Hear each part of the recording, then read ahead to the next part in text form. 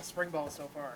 It's going good. It's a learning curve a little bit, getting used to new plays, new team, all that stuff. How we're just gonna do things from here on out. But it's going good. I feel like we're definitely building a bond. We're growing. We're definitely out here competing. So keep stacking days and see where it takes us. Your number 0? I am. Why the change?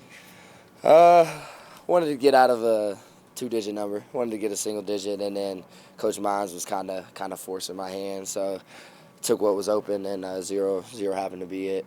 Do you look like that was Ali's number, right? Last Yeah. year, right? It's kind of a prize number for a receiver, I would imagine. Yeah, for sure. I mean, I don't view jerseys as people. At the end of the day, I'm the one putting the number on. So whatever number it is, it don't change my style of play. So 26 was kind of weird, though, wasn't it? I think I pulled it off. It had some meaning to me personally, but Okay. I think I pulled it off. But yeah, you definitely don't see a lot of receivers wearing numbers like that. Well, last time we talked to you, it was after the bowl game, and everything was sort of like you're taking over as one of the more senior guys in the group. How has that process been throughout the offseason and the first couple of weeks of spring? It's been good. I'm trying to hold myself, and my coaches are trying to hold me to a higher standard. So just trying to live up to that every single day. It can get a little challenging, but I like a challenge. I always tend to overcome it. So I think it'll be better for me to continue on this path and be better for this team to bring them along, especially in the receiver room, having younger guys and stuff. Just having a guy they can look up to and follow behind is crucial. What was the winter like for you?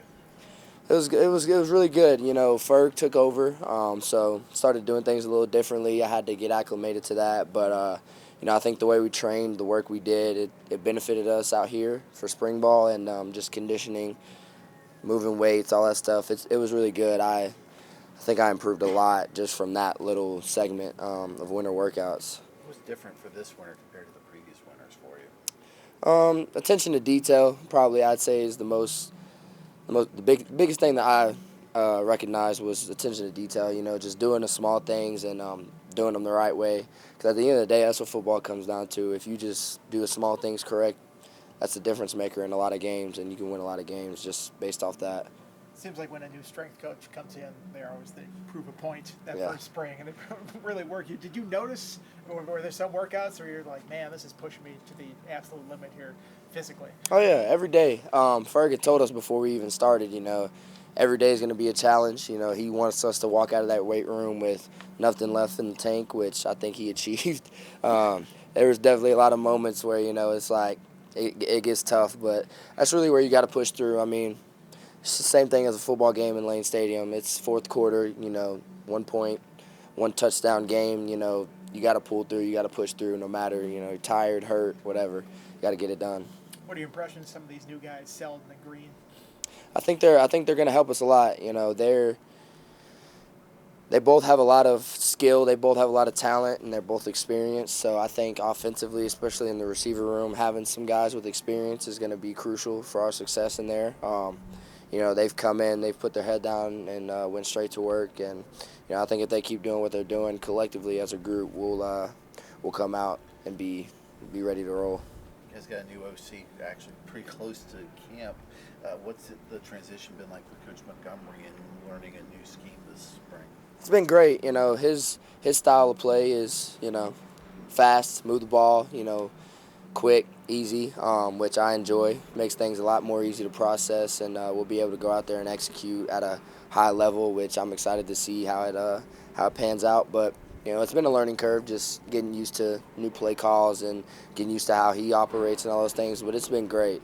Coach Monty's he's really gonna take us to the next level. One thing he said is he really wants to get the vertical passing game, really attack teams downfield. As a receiver, is that just music to your ears when you hear something like that? What's your response when you hear that? It's easy to get a little antsy and happy at that, but you can't just throw the ball vertically down the field every play. You got to run the ball. You got to block for your running back. You got to short routes. So all those little things will open up those big plays, and we've definitely got a couple in there. So we'll see how it goes. Those are more fun, though, right? They are. They definitely are. Those are the ones I look forward to. But like I said, all the other aspects of the offense are what opens that side of the game up. So doing all the other things right will get us there. Does Kyron look healthy this spring? Yeah, Kyron's firing on cylinders. He's came out. He's definitely improved. Being quarterback one, being the leader, everybody looks up to him, and Coach Monty holds him to a high standard. Being the quarterback, that's who everybody looks to for anything. Courage, just being a leader, motivating, all those things, and Kyron's done a really good job. How much different is it with him being healthy compared to the end of last year, where he's trying to play through injuries and get out there for you guys, but you can just notice that he was hobbled? Well, yeah, it can be anybody. If you're not 100%, you can affect the game of play at any given time, not just at quarterback, but anywhere, O-line, receiver. If you're not 100%, it definitely affects the way you play. But Kyron's a warrior. He pushed through as much as he could, and I appreciate him for that. But, yeah, having him back healthy, it's been good. Are you concentrating on one receiver spot this spring? Are they moving you around? As of right now, just, with new plays, new offense, all that stuff, we're kind of set. But eventually, once we get, to a point of where we're confident and we, don't have to do a whole lot of thinking in the offense, we'll move around. Everybody will be playing everything, and then we'll go from there. No real set spot, just guys going and playing. You have a fairly versatile background. You worked at a bunch of different spots last year, is that correct? Yep. What's been your impressions of some of the defensive backs? A lot of new faces back there, going up against them in practice. What's that been like? They're good. They test us every day. Competition is the only way you grow and get better as a football player for them and us. They're hardworking. They want to win, and I think that's the biggest part. Guys that they might not be the most talented, they might not be the tallest, the fastest, whatever, but if they want to win, they have a hard work ethic, that'll get it done. And I see that in a lot of those guys. Who talks the most of those CBs out there?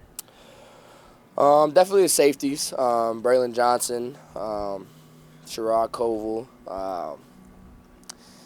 Definitely more of the safeties just because they have a big leader role on the defense. But even our corners, Dante Lovett, T. Will, Josh Clark, all those guys, they all talk and communicate together, which it's all jibber jabber to me, but I definitely hear them, I definitely notice it, and I think that's big on defense. Well, who talks the most trash in those one-on-ones? I don't think it's necessarily one guy. It's really the whole defense. If they make a play, they're gonna be all in your face, hooting and hollering and all that stuff. But like I said, it's competition, and at the end of the day, we're teammates, so it's only gonna make us better. Who is the most brash of the receivers then? You can say yourself. It's you too.